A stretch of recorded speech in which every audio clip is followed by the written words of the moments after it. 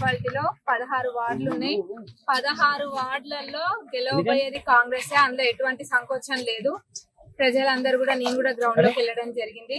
మన పార్టీకి అనుకూలంగా ఉంది. కాంగ్రెస్ పార్టీకి ప్రజా ప్రభుత్వం అధికారంలోకి వచ్చినప్పటి నుంచి కూడా ఎన్ని సంక్షేమ పథకాలు తీసుకొచ్చినాయో ప్రజలందరూ కూడా చూస్తూనే ఉన్నారు. అది ఉచిత బస్ ప్రయాణమే కానివ్వండి, లేకపోతే 200 యూనిట్ల కరెంటు ఫ్రీ, ఇంకా చెప్పుకుంటూ పోతే చాలా ఉన్నాయి. ఇంద్రమ్మ ఇల్లు, వివిధ పథకాలన్నీ కూడా చేసుకుంటూ మళ్ళీ మహిళలకు పెద్దపీట వేస్తూ మన ప్రభుత్వంలో ఎన్నో పథకాలు తీసుకొచ్చినాం. అట్లనే మన నియోజకవర్గంలో కూడా 2000 కోట్లకు పైబడి అభివృద్ధి పనులు ఇప్పటికే చేసుకున్నాం. తొర్రూరు పట్టణం విషయానికి వస్తే 100 పడకల ఆసుపత్రి పనులు కూడా ప్రారంభమైతే, దాంతో పాటుగా మినీ ట్యాంక్ బండ్ కూడా మీరు అందరు మన బతుకమ్మ పండుగ రోజు చూస్తారు.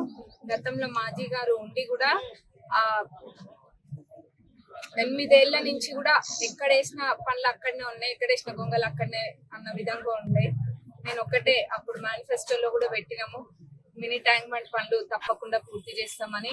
అన్న మాట కట్టుబడి ఏదైతే 2 డిపార్ట్మెంట్ల మధ్యలో చిక్కుండేనో ఆ చిక్కుముడు తీసి ఇప్పుడు ఆ పనులు ప్రారంభిస్తే అవి వేగవంతంగా అవుతున్నాయి. TUFIDC నుంచి కూడా ఒక 5 కోట్లు దానికి కేటాయించడం జరిగింది. ఆ మినీ ట్యాంక్ బండ్ కి ఇంకా కూడా అవసరమైతే ఇంకా పెట్టి ఇది నెంబర్ 1 మినీ ట్యాంక్ బండ్ గా తీర్చిదిద్దుతాం తప్పకుండా.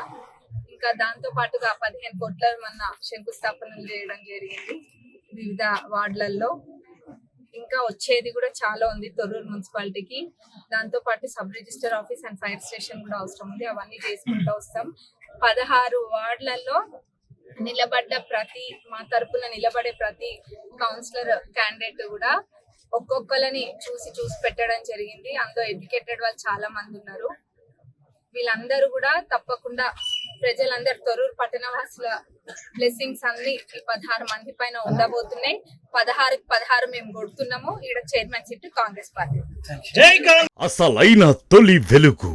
ఫాలో వాట్సాప్ @తొలి వెలుగు official.